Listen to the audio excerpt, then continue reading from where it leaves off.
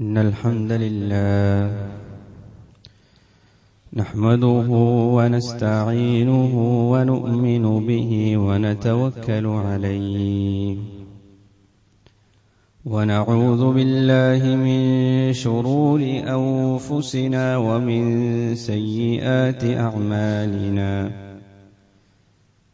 من يهده الله فلا مضل له ومن يضلله فلا هادي له ونشهد أن لا إله إلا الله وحده لا شريك له ونشهد أن محمدا عبده ورسوله أرسله بالهدى ودين الحق ليظهره على الدين كله ولو كره المشركون صلى الله وبارك وسلم تسليما كثيرا كثيرا أما بعد فيا أيها الناس أوصيكم عباد الله ونفسي أولا بتقوى الله فقد قال الله تعالى يا أيها الذين آمنوا اتقوا الله حق تقاته ولا تموتن إلا وأنتم مسلمون وقال أيضا يا أيها الذين آمنوا اتقوا الله وقولوا قولا سديدا يصلح لكم أعمالكم ويغفر لكم ذنوبكم ومن يطع الله ورسوله فقد فاز فوزا عظيما فقد قال الله تعالى واذكروا إذ أنتم قليل مستضعفون في الأرض تخافون أن يتخطفكم الناس فآواكم وأيدكم بنصره ورزقكم من الطيبات لعلكم تشكرون رب اشرح لي صدري ويسر لي أمري واحلل عقدة من لساني يفقه قولي إن أريد إلا الإصلاح ما استطعت وما توفيقي إلا بالله عليه توكلت وإليه أنيب അല്ലാഹു സുബ്ഹാനഹു വ തആലയെ തഖ്വ ചെയ്ത് അവന്റെ വിധിവിലക്കുകൾക്ക് ജീവിതത്തിൽ മുൻഗണന കൽപ്പിച്ച് ജീവിതത്തെ ചിട്ടപ്പെടുത്തണമേ എന്ന് ആദ്യമായി ഞാൻ എന്നെയും തുടർന്ന് നിങ്ങൾ ഓരോരുത്തരെയും ഓർമ്മപ്പെടുത്തുകയാണ്, വസിയ്യത്ത് ചെയ്യുകയാണ്. അല്ലാഹു സുബ്ഹാനഹു വ തആല നാം ഏവരെയും അവന്റെ മുത്തഖികളായ സൂക്ഷ്മജ്ഞാനികളായ സൂക്ഷ്മത പുലർത്തുന്ന സജ്ജനങ്ങളുടെ കൂട്ടത്തിൽ ഉൾപ്പെടുത്തി അനുഗ്രഹിക്കുമാറാകട്ടെ. നമ്മിൽ നിന്ന് വന്നുപോയിട്ടുള്ള പോരായ്മകളും പിഴവുകളും അല്ലാഹു സുബ്ഹാനഹു വ തആല അവന്റെ റഹ്മത്ത് കൊണ്ട് ഫദ്ല് കൊണ്ട് നമുക്ക് പുറത്തു നൽകി അനുഗ്രഹിക്കുമാറാകട്ടെ. നമ്മിൽ നിന്ന് മരണപ്പെട്ടു പോയ ആളുകളുടെ പാപം അല്ലാഹു പുറത്തു കൊടുക്കുകയും അവരുടെ ബർസഖിയായ ജീവിതം സ്വർഗീയമാക്കി മാറ്റുകയും ചെയ്യുമാറാകട്ടെ. പ്രിയപ്പെട്ട സഹോദരന്മാരെ, സഹോദരികളെ, വളരെ പവിത്രമായ വിശുദ്ധ മാസത്തിന്റെ പകുതി നാം പിന്നിട്ട് കഴിഞ്ഞു. ഇനി ഏതാനും ദിവസങ്ങൾ മാത്രമാണ് നമ്മുടെ മുന്നിൽ അവശേഷിക്കുന്നത്. ഇനി അവശേഷിക്കുന്ന ദിവസങ്ങളെ ഏറ്റവും ഫലപ്രദമായി ഉപയോഗപ്പെടുത്താൻ നാഥൻ നാം ഏവരെയും തുണക്കുമാറാകട്ടെ. ഈ കഴിഞ്ഞുപോയ അവസരങ്ങളിൽ നമുക്ക് നഷ്ടപ്പെട്ടു പോയത് വീണ്ടെടുക്കാൻ അല്ലാഹു നമുക്ക് തൗഫീഖ് നൽകട്ടെ. ഇസ്ലാമിക ലോകം, മുസ്ലിം സമൂഹം വലിയൊരു പ്രതിസന്ധിയിലൂടെ കടന്നുപോകുന്ന ഒരു സാഹചര്യത്തിലാണ് നാം ഇന്നിവിടെ ഒരുമിച്ച് കൂടിയിരിക്കുന്നത്. വലിയ നിരാശയും ആർത്തത്തിലുള്ള മനോവിഷമൊക്കെ ആളുകളിൽ അധികരിച്ചുകൊണ്ടിരിക്കുന്ന പല പ്രതിസന്ധികളെ സംബന്ധിച്ചുള്ള ഭയം, നമ്മെ പിടികൂടിക്കൊണ്ടിരിക്കുന്ന ആശങ്കകൾ, ഭാവിയെക്കുറിച്ചുള്ള ആശങ്കകൾ, ഇനി എന്താകും, ഇനി എന്താണ് സംഭവിക്കുക, ഇതൊക്കെ എങ്ങനെയാണ് ഇതിന് പരിഹാരം ഉണ്ടാവുക തുടങ്ങിയ പല ആലോചനകളും ചിന്തകളും നമ്മുടെ മനസ്സിൽ വന്നുകൊണ്ടിരിക്കുന്ന ഒരു സാഹചര്യമാണ്, ഒരു സമയമാണ്. നമ്മുടെ നാട്ടിൽ എന്നല്ല, മുസ്ലിം ലോകത്താകമാനം ആ അർത്ഥത്തിലുള്ളൊരു ചിന്തയിലൂടെ കടന്നുപോകുന്ന ആളുകളെയാണ് നമുക്ക് കാണാൻ കഴിയുക. വിശ്വാസികളെ സംബന്ധിച്ചിടത്തോളം ഈ അർത്ഥത്തിലുള്ള പ്രതിസന്ധി ഘട്ടങ്ങളിൽ ഏതർത്ഥത്തിലാണ്, ഏതു രൂപത്തിലാണ് അവർ ജീവിക്കേണ്ടത്, അവയെ എങ്ങനെയാണ് അവർ കാണേണ്ടത് എന്നത് വിശുദ്ധ ഖുർആൻ തന്നെ നമുക്ക് കൃത്യമായി മറുപടി നൽകുന്നുണ്ട്. പ്രത്യേകിച്ച് ഈ ഒരു സാഹചര്യം എന്നത് മുസ്ലിമീങ്ങളെല്ലാം ബദർ അനുസ്മരിച്ചുകൊണ്ടിരിക്കുന്ന ഒരു സാഹചര്യം കൂടിയാണ്.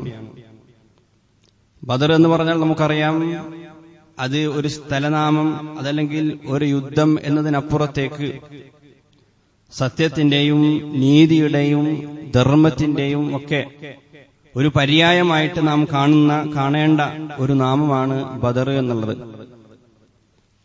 സാധാരണഗതിയിൽ പ്രസിദ്ധി ആർജിച്ച നിരവധി യുദ്ധങ്ങളുണ്ട്.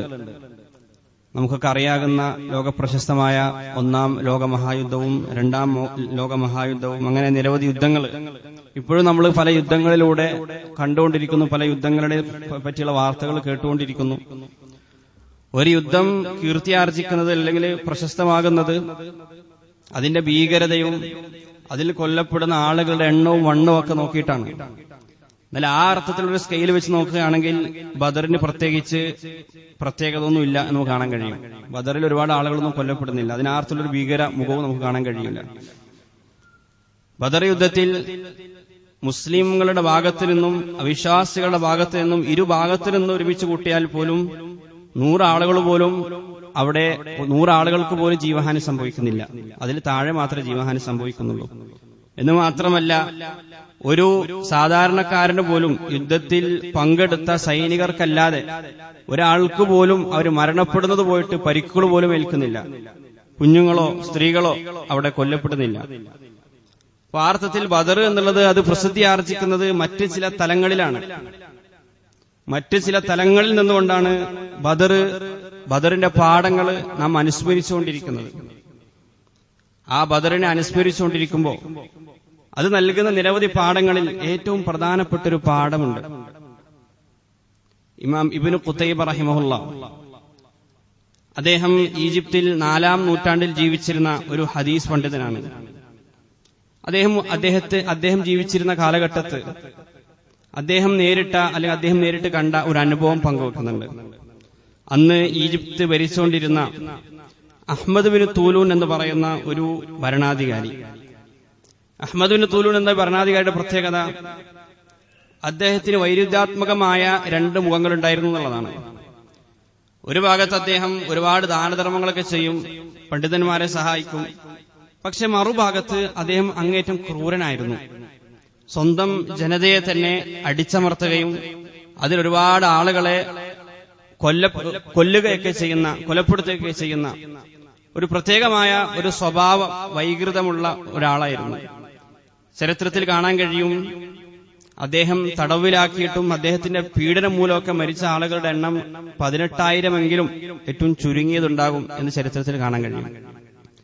ഇങ്ങനെയുള്ള ഒരു ഭരണാധികാരി ജീവിച്ചുകൊണ്ടിരിക്കുന്ന സമയത്ത് അന്ന് അവിടെ ഒരു സൂഫി പണ്ഡിതനുണ്ടായിരുന്നു. അദ്ദേഹത്തിന്റെ നാമം ബുനാനുൽ ഹമ്മാൽ എന്നായിരുന്നു.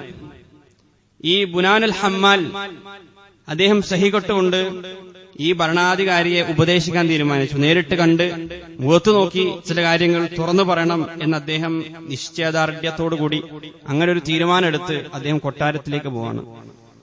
കൊട്ടാരത്തിലേക്ക് പ്രവേശിച്ച് ഈ അഹ്മദ് ബിൻ തൂലൂനിനെ കണ്ട് കാര്യങ്ങളൊക്കെ തുറന്ന് അദ്ദേഹം സംസാരിച്ചു. ഇതൊരിക്കലും അഹ്മദ് ബിൻ തൂലൂനെ സംബന്ധിച്ചിടത്തോളം അദ്ദേഹത്തിന് താങ്ങാനാകുന്നതായിരുന്നില്ല. ഒരു സാധാരണക്കാരനായ ഒരു പണ്ഡിതന് വന്നിട്ട് എന്റെ മുഖത്ത് നോക്കിയിട്ട് എന്നെ ഈ രൂപത്തിലെ തെറ്റുകളിൽ നിന്ന് തിരുത്താനോ? അദ്ദേഹം ആരാണ്? അതുകൊണ്ട് എല്ലാ ആളുകൾക്കും പാഠമാകുന്ന രൂപത്തിൽ ഒരു ശിക്ഷ അദ്ദേഹം അവിടെ വെച്ച് പ്രഖ്യാപിക്കുകയാണ്. വളരെ വിചിത്രമായിരുന്നു ആ ശിക്ഷ. ശിക്ഷ എന്താണെന്നാൽ, ഒരു സിംഹത്തെ കൊണ്ട് ഈ പണ്ഡിതനെ വകവരുത്തുക എന്നതായിരുന്നു ആ ശിക്ഷ. ഒരു സിംഹത്തിന്റെ കൂട്ടിലേക്ക് ഈ പണ്ഡിതനെ ജീവനോടുകൂടി ഉപേക്ഷിക്കുക. അങ്ങനെ ആ സിംഹം ഈ മനുഷ്യന്റെ, ഈ പണ്ഡിതന്റെ കഥ കഴിക്കണം. അതായിരുന്നു വിധി. അങ്ങനെ അതിനുവേണ്ടി വളരെ അപകടകാരിയായ ഒരു സിംഹത്തെ അദ്ദേഹം തിരഞ്ഞെടുത്തു. ആ സിംഹത്തെ ഒരുപാട് ദിവസം പട്ടിണി കിട്ടു. ശേഷം ഈ ദിവസം വന്നെത്തി. ആളുകളെല്ലാം ഒരുമിച്ചുകൂടി. ഇബ്നു ഖുതൈബ റഹിമഹുള്ള പറയുന്നുണ്ട്, വകുന്തു ഹാദിറൻ അംറഹു ദാലിക്കൽ യൗം. ആ ദിവസം ഞാനും അവിടെ ഹാദിറായിരുന്നു, ഞാനും അത് വീക്ഷിക്കുന്നുണ്ടായിരുന്നു. അങ്ങനെ ആ കൂട്ടിലേക്ക് ജീവനോടുകൂടി എന്ത് കിട്ടിയാലും അത് കടിച്ചു കയറാനിരിക്കുന്ന ഭാവത്തിലിരിക്കുന്ന ആ സിംഹത്തിന്റെ മുന്നിലേക്ക് ഈ ബുനാനുൽ ഹമ്മാൽ എന്ന ഈ പണ്ഡിതനെ വലിച്ചെറിയപ്പെടുകയാണ്. പക്ഷേ ഈ പണ്ഡിതന്റെ മുഖത്ത് പ്രത്യേകിച്ച് മുഖഭാവത്തിൽ മാറ്റങ്ങളൊന്നുമില്ല. ആളുകളെല്ലാം കണ്ണടച്ചു. ഇനി എന്തു സംഭവിക്കാം? ചില ആളുകൾ മുഖം തിരിച്ചു നിന്നു, അത് കാണാനുള്ള ശക്തിയില്ലാത്തതുകൊണ്ട്. പക്ഷേ അവർ പ്രതീക്ഷിച്ചതിൽ നിന്നൊക്കെ വ്യത്യസ്തമായി ആ സിംഹം ഓടിയെടുത്ത് പെട്ടെന്ന് തന്നെ ബുനാനുൽ ഹമ്മാലിന്റെ തൊട്ടടുത്തെത്തിയപ്പോ ഒരു വളർത്തുനായ ഏതു രൂപത്തിലാണോ തന്റെ യജമാനോട് പെരുമാറുക, ആ രൂപത്തിൽ ഈ സിംഹം പെരുമാറുന്നതാണ് പിന്നീട് ആളുകളൊക്കെ കാണുന്നത്. അദ്ദേഹത്തെ തൊട്ടിരുമ്മി നിൽക്കുകയും അദ്ദേഹത്തോട് സ്നേഹപ്രകടനം നടത്തുകയും ചെയ്തതാണ് കാണുന്നത്.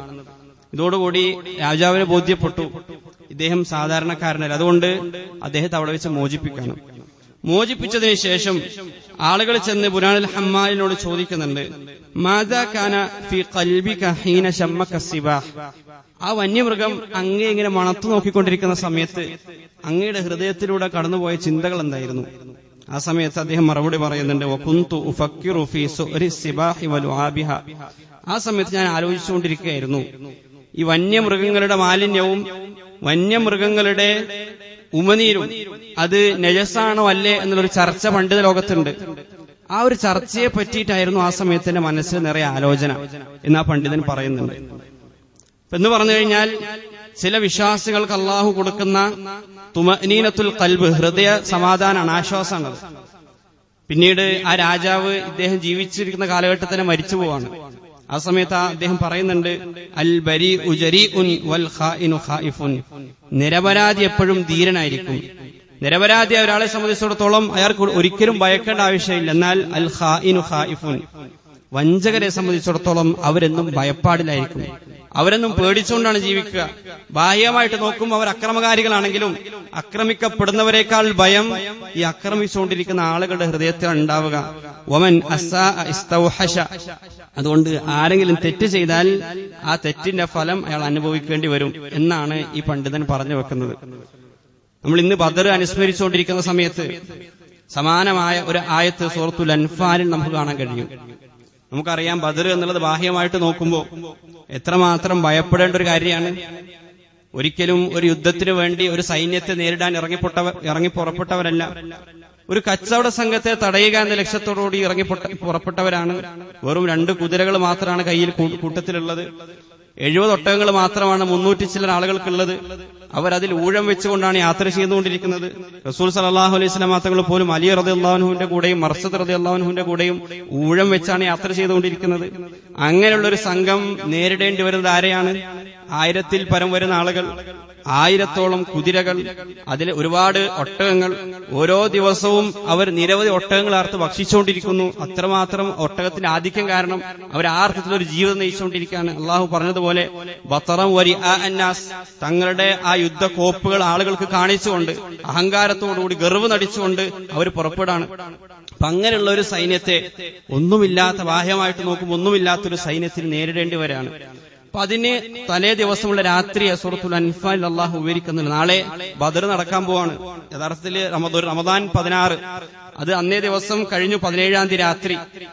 ആ ദിവസത്തെ രാത്രിയെ സംബന്ധിച്ച് സൂറത്തുൽ അൻഫാലിൽ കാണാം, ഇദ് യുഗശ്ശീകുമുൻ നുആസ അമനതൻ മിൻഹു വയുനസ്സിലു അലൈക്കും മിനസ് സമാഇ മാഅൻ ലിയുطهിറകും ബിഹി ويذهب عنكم رجز الشيطان وليربط على قلوبكم ويثبت به الأقدام ഇസ് യുഗശീകുമുൻ നാസ അമനതൻ മിൻഹു, അള്ളാഹുവിൽ നിന്നുള്ളൊരു സമാധാനമായിക്കൊണ്ട്, അമനത്തായിക്കൊണ്ട്, ശാന്തതയായിക്കൊണ്ട് അവരെയൊക്കെയും ഒരു മയക്കം പിടികൂടിയ സാഹചര്യം. അന്ന് ഏറ്റവും നന്നായിട്ട് എല്ലാ ആളുകളും ഉറങ്ങിയൊരു രാത്രിയായിരുന്നു എന്നുള്ളതാണ്. ബദറിന്റെ തലേ ദിവസം രാത്രി സഹാബാക്കൾ എല്ലാവരും അവരാരും അസ്വസ്ഥരായിരുന്നില്ല. നാളെ എന്ത് സംഭവിക്കും, നാളെ ഞങ്ങളുടെ അവസ്ഥ എന്തായിരിക്കും, ഞങ്ങളുടെ കുട്ടികൾ എന്താകും, ഞങ്ങളുടെ ജീവൻ എന്താകും, ഞങ്ങളുടെ സമ്പത്ത് എന്താകും, ഒന്നുമില്ലാത്ത ഞങ്ങൾ ആത്മഹത്യാപരമായ ഒരു കാര്യത്തിലേക്ക് എടുത്തു ചാടുകയാണോ എന്നോർത്ത് അവരാരും അസ്വസ്ഥപ്പെടുന്നില്ല. ഇത് യുഗശീകുമുൻ നാസ അമനതൻ മിൻഹു, അള്ളാഹുവിൽ നിന്നുള്ളൊരു ശാന്തമായ ഒരു മയക്കമാണ് അവരെ പിടികൂടിയത്. അന്നേ ദിവസം അവർക്ക് അള്ളാഹു മഴ കൊടുക്കുകയാണ്.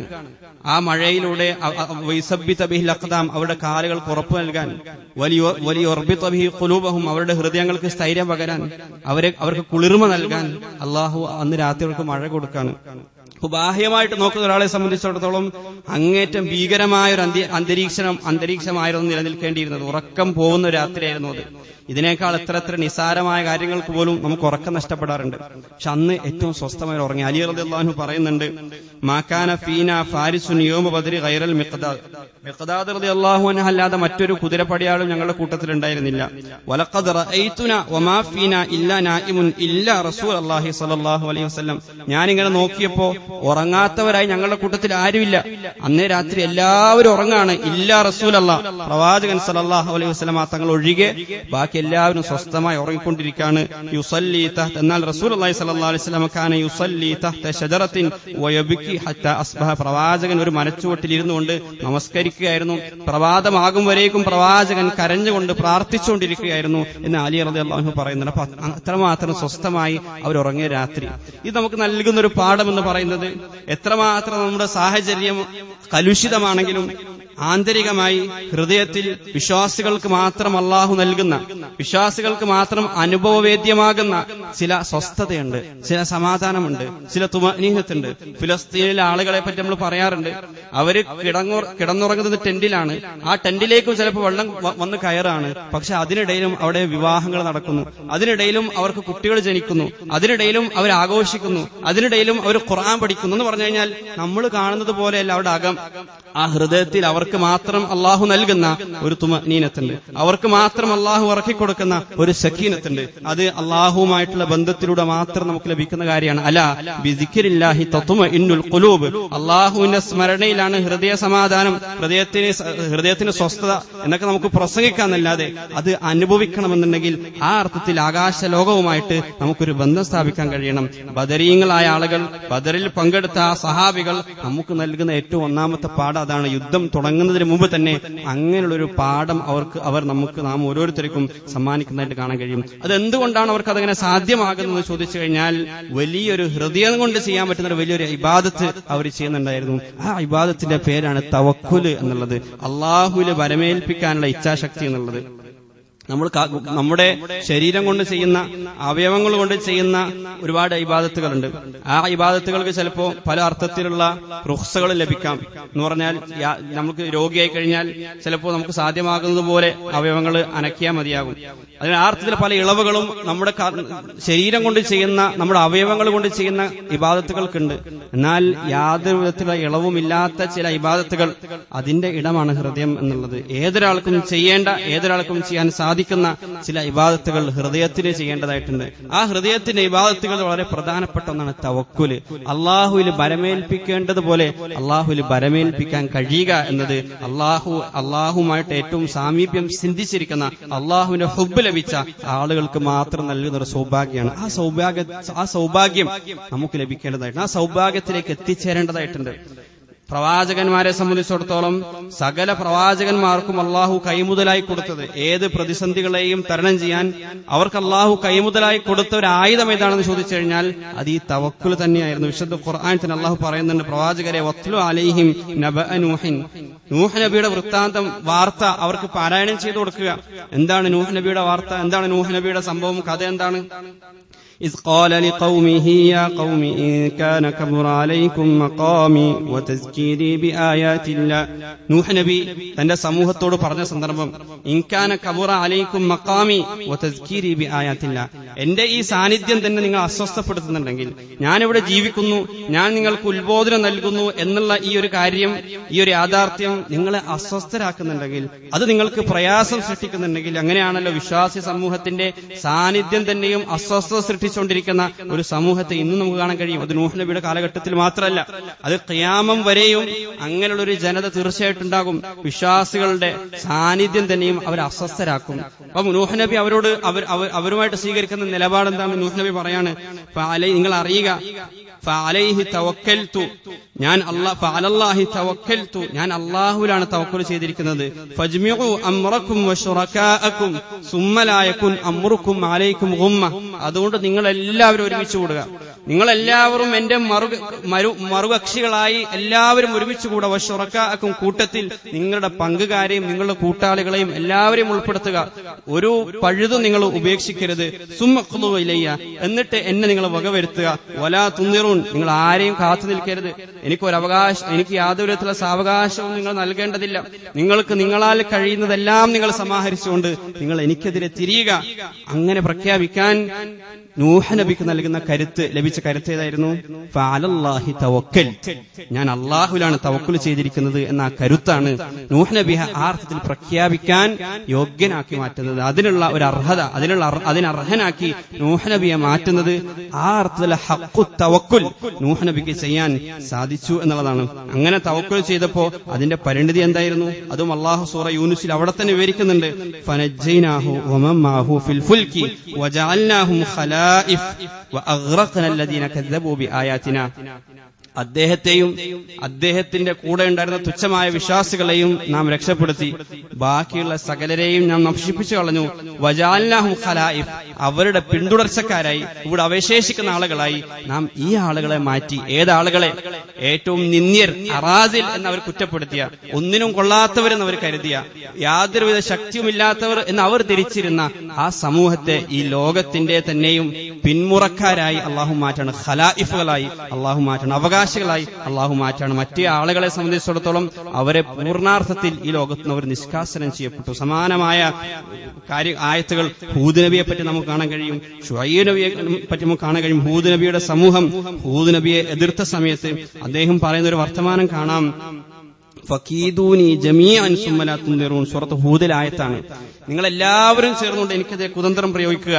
സുമ്മ ലാ തുൻദിറൂൻ, നൂഹ് നബി പറഞ്ഞ അതേ വർത്തമാനം. നിങ്ങൾ എനിക്ക് ഒരർത്ഥത്തിൽ സാവകാശം നൽകരുത്, നിങ്ങളെല്ലാവരും ഒരുമിച്ച് കൂടി നിന്നുകൊണ്ട് എനിക്കെതിരെ നിങ്ങൾ കുതന്ത്രം പ്രയോഗിക്കുക. അങ്ങനെ പറയാനുള്ള അദ്ദേഹത്തിന്റെ കരുത്തെന്താണ്? തൊട്ടുടനെയുള്ള ആയത്തിൽ അള്ളാഹു പറയാണ്, ഇന്നി തവക്കൽതു അലല്ലാഹി റബ്ബി വറബ്ബിക്കും, നിങ്ങളുടെയും എന്റെയും റബ്ബിലാണ് ഞാൻ തവക്കുൽ ചെയ്തിരിക്കുന്നത്.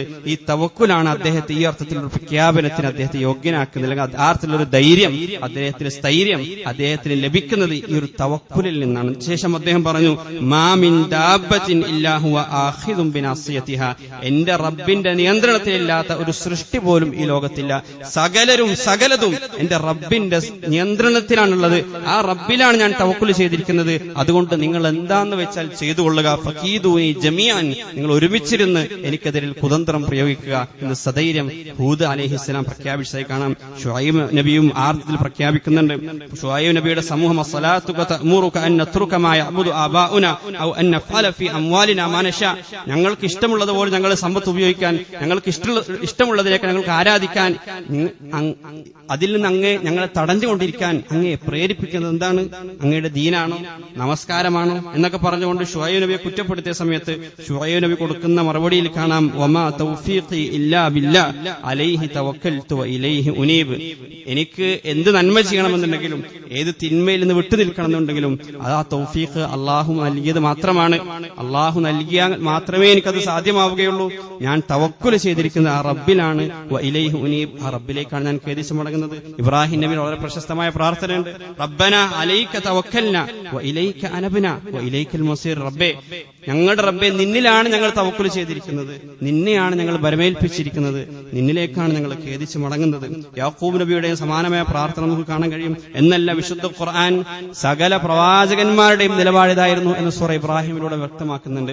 ഒമാലന അല്ലാ നതവക്കല അലല്ലാഹ്, പ്രവാചകന്മാർ സകലരും ചോദിച്ചു, വമാലന അല്ലാ നതവക്കല അലല്ലാഹ്, അല്ലാഹുവിൽ തവക്കുൽ ചെയ്യാതിരിക്കാൻ, അല്ലാഹുവിന് ഭരമേൽപ്പിക്കാതിരിക്കാൻ ഞങ്ങൾക്ക് എന്ത് ന്യായമാണുള്ളത്? അതുകൊണ്ട് അലല്ലാഹി ഫല്യതവക്കലിൽ മുതവക്കിലൂൻ, തവക്കുൽ ചെയ്യുന്ന ആളുകൾ, ഭരമേൽപ്പിക്കുന്ന ആളുകൾ ഒന്നിലുമല്ല ഭരമേൽപ്പിക്കേണ്ടത്, അല്ലാഹുവെയാണ് ഭരമേൽപ്പിക്കേണ്ടത്. ഏതെങ്കിലും വസ്തുക്കളിലല്ല, ഏതെങ്കിലും സൃഷ്ടികളെയല്ല, ഏതെങ്കിലും സംവിധാനങ്ങളെയല്ല, മറിച്ച് അല്ലാഹുവെ അവർ ഭരമേൽപ്പിക്കട്ടെ. അലല്ലാഹി ഫല്യതവക്കലിൽ മുതവക്കിലൂൻ. വഖാല അല്ലദീന കഫറൂ ലിറസുലിഹിം, ആ സമയത്ത് അവരെ ഭയപ്പെടുത്തുന്ന ആളുകൾ, മറുചേരിയിലുണ്ടായ ആളുകൾ അവരെ ഏത് രൂപത്തിലാണ് ഭയപ്പെടുത്തിയത് എന്നും അള്ളാഹു പറയുന്നുണ്ട്. അവർ പറഞ്ഞു, ലനുഖ്രിജന്നകും മിൻ അർദിന, എല്ലാ കാലത്തും എല്ലാ ആളുകൾക്കും ഉണ്ടായ തുറുപ്പിച്ചീറ്റ് അത് മാത്രമാണ്.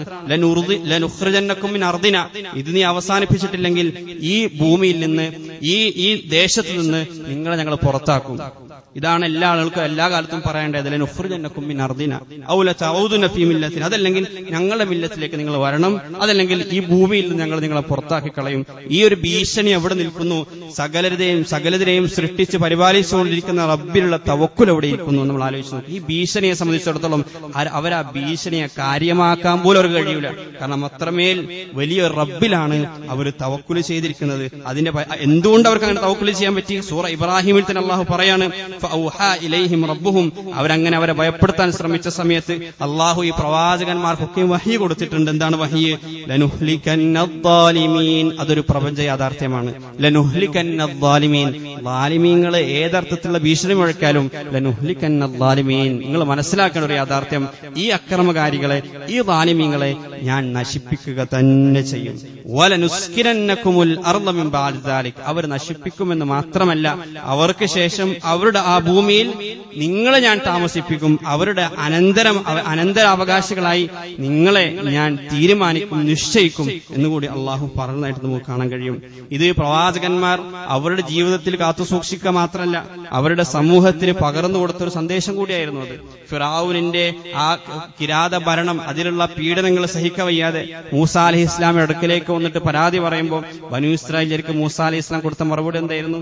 വഖാല മൂസ യാ ഖൗമി ഇൻ കുൻതും ആമൻതും ബില്ലാ, ഓ എന്റെ സമൂഹമേ, നിങ്ങൾ അല്ലാഹുവിൽ വിശ്വസിക്കുന്നവരാണെങ്കിൽ ഫഅലൈഹി തവക്കലൂ, ആ റബ്ബിൽ നിങ്ങൾ തവക്കുൽ ചെയ്യുക. ഇൻ കുൻതും മുസ്ലിമീൻ, നിങ്ങൾ മുസ്ലിമീങ്ങളാണെങ്കിൽ. നിങ്ങൾ എന്നിലല്ല തവക്കുൽ ചെയ്യേണ്ടത്.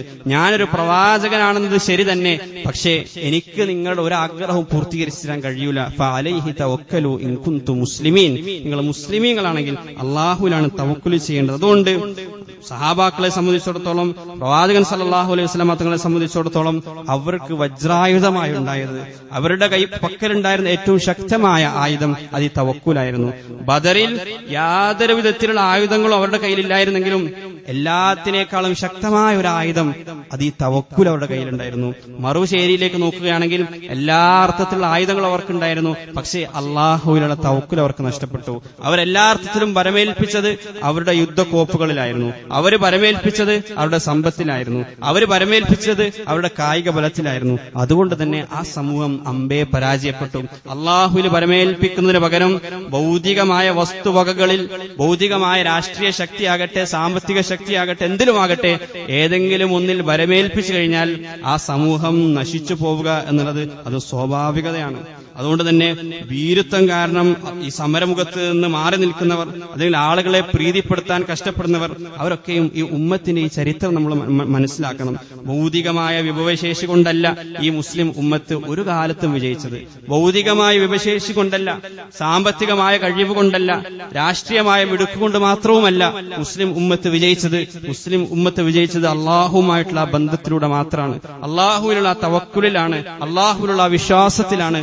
ആ വിശ്വാസം തന്നെയാണ് മുസ്ലിം സമൂഹത്തെ എക്കാലത്തും ഭൗതികമായി എത്ര തന്നെ അവർക്ക് വിപരീതമായ അവർക്കൊരു പ്രതികൂലമായ സാഹചര്യമാണെങ്കിലും അള്ളാഹുവിന്റെ മാർഗത്തിൽ പോരാടാൻ, അള്ളാഹുവിന്റെ മാർഗത്തിൽ കാലുറപ്പിച്ചു നിൽക്കാൻ, അള്ളാഹുവിന്റെ മാർഗത്തിൽ അടിയുറച്ചു നിൽക്കാൻ, ആ അർത്ഥത്തിലുള്ള സമരത്തിൽ നിന്ന് പിന്മാറാതിരിക്കാൻ മുസ്ലിം ഉമ്മത്തിന്, മുസ്ലിം സമൂഹത്തിന് ഇക്കാലത്തും പ്രചോദനമായിക്കൊണ്ടിരിക്കുന്നത് അള്ളാഹുള്ള തവക്കുൽ മാത്രമാണ്, അള്ളാഹുള്ള വിശ്വാസം മാത്രമാണ്. ഭൗതികമായ വിഭവങ്ങളിലുള്ള വിശ്വാസമല്ല. ഈ അൻസുറുക്കുമുല്ലാഹു ഫലാ ഗാലിബ ലക്കും, അള്ളാഹു നിങ്ങളെ സഹായിച്ചു കഴിഞ്ഞാൽ ഫലാ ഗാലിബ ലക്കും, നിങ്ങളെ പിന്നെ ഈ ലോകത്ത് ഒരാൾക്കും പരാജയപ്പെടുത്താൻ സാധിക്കുകയില്ല. എന്നാൽ വഇൻ യഖ്ദുൽക്കും, അല്ലാഹു എങ്ങാനും നിങ്ങളെ നിന്ദിക്കാൻ തീരുമാനിച്ചു കഴിഞ്ഞാൽ, നിങ്ങളുടെ കർമ്മങ്ങൾ കൊണ്ട്, നിങ്ങളുടെ തിന്മകൾ കൊണ്ട് അല്ലാഹു നിങ്ങളെ നിന്ദിക്കാൻ തീരുമാനിച്ചു കഴിഞ്ഞാൽ ഫമൻ ദല്ലദി യൻസുറുക്കും മിൻ ബഅദി, സൂറ ആല ഇംറാനിലൂടെ അല്ലാഹു ചോദിക്കണം, പിന്നെ ആരാണ് നിങ്ങളെ സഹായിക്കാൻ ഉണ്ടാവുക?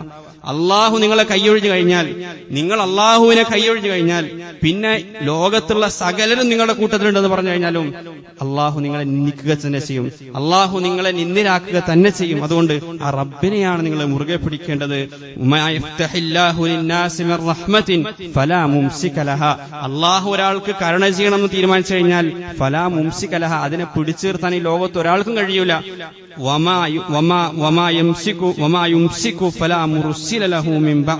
എന്നാൽ അല്ലാഹു ഒരാൾക്ക് റഹ്മത്ത് കൊടുക്കരുതെന്ന് തീരുമാനിച്ചു കഴിഞ്ഞാൽ അത് കൊടുക്കാനും ഒരാൾക്കും കഴിയുകയില്ല. അതുകൊണ്ട് ഇതൊക്കെയും റബ്ബിന്റെ കഴിവാണ് എന്ന് ആത്മാർത്ഥമായിട്ട് നമുക്ക് വിശ്വസിക്കാൻ കഴിയണം. യാ അയ്യുഹല്ലദീന ആമനൂ ഉസ്കുറൂ നിഅമത്തല്ലാഹി അലൈക്കും ഇദ് ഹമ്മ ഖൗമുൻ അൻ യബ്സുതു ഇലൈക്കും ഫകഫ അയ്ദിയഹും അൻകും.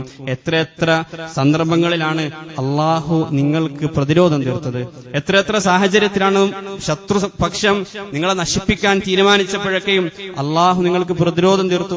ഫആവാക്കും വഅയ്യദക്കും ബിനസ്രിഹി, ബദറിനെ പറ്റി അല്ലാഹു പറഞ്ഞത് അങ്ങനെയാണ്. അല്ലാഹു നിങ്ങൾക്ക് സംരക്ഷണ വലയം തന്നു, അല്ലാഹു നിങ്ങളെ ശക്തിപ്പെടുത്തി, അല്ലാഹു അവന്റെ സഹായം നിങ്ങളിലേക്ക് അവതരിപ്പിച്ചു. വസ്കുറു ഇസ് അൻതും ഖലീലും മുസ്തദഅഫൂന ഫിൽ അർളി തഖാഫൂന അൻ യതഖത്തഫകും അന്നാസ്. വളരെ തുച്ഛമായ എണ്ണം മാത്രമേ നിങ്ങൾ ഉണ്ടായിരുന്നുള്ളൂ, അങ്ങേയറ്റം ബലഹീനരായിരുന്നു, ആളുകൾ നിങ്ങളെ റാഞ്ചിയെടുക്കുമോ എന്ന് നിങ്ങൾ ഭയപ്പെട്ടുകൊണ്ടിരുന്നു. പക്ഷേ അല്ലാഹു നിങ്ങൾക്ക് സംരക്ഷണം നൽകി. ആ റബ്ബ് തന്നെയാണ് ഇപ്പോഴും നമ്മുടെ റബ്ബായിട്ടുള്ളത്. അവർക്ക് പ്രചോദനമായ ഖുർആൻ തന്നെയാണ് ഇപ്പോഴും നമ്മൾ ഓതിക്കൊണ്ടിരിക്കുന്നത്. ആ സഹാബാക്കൾക്കൊക്കെയും ആരായിരുന്നു പ്രവാചകനായിട്ടുണ്ടായിരുന്നത്, വഴികാട്ടിയായി ഉണ്ടായിരുന്നത്? അതേ പ്രവാചകനെ തന്നെയാണ് നമ്മളും പ്രവാചകനായി പ്രഖ്യാപിച്ചിരിക്കുന്നത്. പിന്നെ എങ്ങനെയാണ് അവർ ചെയ്തപ്പോൾ ആ തവക്കുൽ നമുക്ക് ചെയ്യാൻ സാധിക്കാതിരിക്കുക? അവർക്ക് അള്ളാഹു ഇറക്കിക്കൊടുത്തിരിക്കുന്ന സഹായം നമുക്ക് ഇറക്കി തരികയില്ല എന്ന് വിശ്വസിക്കാൻ എന്ത് ന്യായമാണ് നമുക്കുള്ളത്? അതുകൊണ്ട് അള്ളാഹുവിൽ തവക്കുൽ ചെയ്യേണ്ടതുപോലെ തവക്കുൽ ചെയ്യാൻ നമുക്ക് കഴിയണം. ചരിത്രത്തിന്റെ ഏത് നിർണായക ഘട്ടത്തിലും ഈ ഉമ്മത്ത് വിജയിച്ചിട്ടുള്ളത് അള്ളാഹുവിന്റെ സഹായത്തോടെ മാത്രമാണ്. ആ ഒരു പ്രതീക്ഷയാണ് നമുക്ക് വേണ്ടത്. ആ ഒരു പ്രതീക്ഷ, അള്ളാഹുവിൽ തവക്കുൽ ചെയ്യുമ്പോൾ നമുക്ക് ലഭിക്കുന്ന ഒരു പ്രതീക്ഷയുണ്ട്, ഒരു ആശ്വാസമുണ്ട്. ആ റജായിലായിരിക്കണം നമ്മൾ ജീവിക്കേണ്ടത്. ചില ആളുകളെ പറ്റി പറയാറുണ്ട്, ചരിത്രത്തിൽ വളരെ പ്രസിദ്ധമായ ചില വാക്കുകളാണ്. ചില ആളുകൾ യുദ്ധത്തിന് പോകുന്ന സമയത്ത്, ജിഹാദിന് പോകുന്ന സമയത്ത് അവരോട് ചില ആളുകൾ വന്നിട്ട് ചോദിക്കും, കൈഫ തുജാഹിദൂന വതത്റുകൂന ഔലാദക്കും മിൻ ബാദിക്കും, നിങ്ങളുടെ കുടുംബത്തെയും മക്കളെയൊക്കെ ഒഴിവാക്കി നിങ്ങൾക്ക് എങ്ങനെ പോകാൻ കഴിയുന്നു? അവരൊക്കെ യതീമുകളായാൽ നിങ്ങൾ എന്ത് ചെയ്യുമെന്ന് പറഞ്ഞപ്പോൾ അവർ കൊടുക്കുന്ന ഒരു മറുപടി എന്ത്? അലൈന അൻ നുജാഹിദ ഫീ സബീലിഹി കമാ ഉമിർന വഅലൈഹി അൻ യർസുഖന കമാ ഉമിർന. ഞങ്ങൾ അള്ളാഹുവിന്റെ കൽപ്പനയാണ് അനുസരിക്കുന്നത്. ഞങ്ങൾ അള്ളാഹുവിന്റെ കൽപ്പന അനുസരിച്ചു കഴിഞ്ഞാൽ അള്ളാഹു നമുക്ക് വാഗ്ദാനം നൽകിയിട്ടുള്ളത് അവൻ നമുക്ക് നൽകും. എന്താണ് ആ വാഗ്ദാനം? റിസ്ക് അവന്റെ വാഗ്ദാനമാണ്. അവനിവിടെ ജീവിക്കുന്ന കാലത്തോളം നമുക്ക് റിസ്ക് നൽകും എന്നത് അവന്റെ വാഗ്ദാനമാണ്. അതുകൊണ്ട് അവരുടെ റിസ്ക് അള്ളാഹു ഏറ്റെടുക്കും എന്ന ഉറപ്പ് നമുക്കുണ്ട്. ആ സമയത്ത് ചില ആളുകൾ അവരുടെ ഭാര്യമാരുടെ അടുക്കിലേക്ക് പോയിട്ട് ചോദിച്ചു, മാതാ തറക്ക അബൂ ഫുലാനിൻ വകൈഫ തഈശീൻ, നിങ്ങൾ എങ്ങനെയാണ് ജീവിക്കുക? ഈ മക്കളുടെ ഉപ്പ നിങ്ങൾക്ക് വല്ലതും ഉപേക്ഷിച്ചിട്ടാണ് ഇവിടെ പോയത് എന്ന് ചോദിച്ചപ്പോ ആ മഹദികൾ കൊടുക്കുന്ന മറുപടിയുണ്ട്, അറഫ്തുഹു അക്കാലൻ വമാ അറഫ്തുഹു റസ്സാഖൻ. എന്റെ ഭർത്താവിനെ അള്ളാഹു നൽകിയ റിസ്ക് ഭക്ഷിക്കുന്നവനായിട്ട് ഞാൻ കണ്ടിട്ടുള്ളൂ, അല്ലാതെ റസ്സാഖായിട്ട് ഞാൻ കണ്ടിട്ടില്ല. റിസ്ക് നൽകുന്നവനായിട്ടല്ല ഞാൻ എന്റെ ഭർത്താവിനെ കണ്ടത്. അതുകൊണ്ട് ആ അക്കാല് പോയി കഴിഞ്ഞാലും ബഖിയർ റസ്സാഖ്, റസ്സാഖായ അള്ളാഹു എന്നെന്നും അവശേഷിക്കുന്നവനാണ് എന്ന മറുപടിയാണ് ആ മഹദികൾ കൊടുത്തത്. അതുകൊണ്ട് തന്നെ ആ അർത്ഥത്തിൽ തവക്കുൽ ചെയ്യേണ്ടതുപോലെ നമ്മൾ തവക്കുൽ ചെയ്യാൻ തയ്യാറാവുക. നമുക്ക് ചെയ്യാനുള്ള കർമ്മങ്ങളൊക്കെ ചെയ്യുക, അള്ളാഹുവിൽ തവക്കുൽ ചെയ്യുക, അതിനുവേണ്ടി പണിയെടുക്കുക. ഇതാണ് ബദറിൽ റസൂൽ സല്ലല്ലാഹു അലൈഹി വസല്ലം നമുക്ക് കാണിച്ചെന്ന മാതൃക. പ്രവാചകൻ എല്ലാ അർത്ഥത്തിലുള്ള പ്ലാനിങ്ങും ചെയ്തു. ആരെവിടെ നിൽക്കണം, ഏത് രൂപത്തിലാണ് യുദ്ധം ചെയ്യേണ്ടത്, വളരെ കൃത്യമായിട്ട് പ്രവാചകൻ തലേ ദിവസം തന്നെ പ്ലാനിങ് ചെയ്തു. അന്ന് ദിവസം രാത്രി മുഴുവൻ പ്രവാചകൻ ദുആയിലായിരുന്നു. പിറ്റേ ദിവസം യുദ്ധത്തിൽ മുൻനിരയിൽ തന്നെ പ്രവാചകൻ ഉണ്ടായിരുന്നു. ഈ രൂപത്തിൽ പ്ലാനിങ് ചെയ്യുക, ഈ രൂപത്തിൽ അള്ളാഹുൽ തവക്കുൽ ചെയ്യുക, നമുക്ക് ചെയ്യാനുള്ള കർമ്മങ്ങൾ കൃത്യമായി ചെയ്യുക. അള്ളാഹു സുബ്ഹാനഹു വ തആല ഏത് പ്രതിസന്ധി ഘട്ടങ്ങളിലും അവന്റെ സഹായത്തിന് അർഹരായി മാറുന്ന യഥാർത്ഥ വിശ്വാസികളുടെ കൂട്ടത്തിൽ അള്ളാഹു നമ്മെ ഉൾപ്പെടുത്തി അനുഗ്രഹിക്കുമാറാകട്ടെ. വആഖിറു ദുആഇ അൽഹംദുലില്ലാഹി റബ്ബിൽ ആലമീൻ.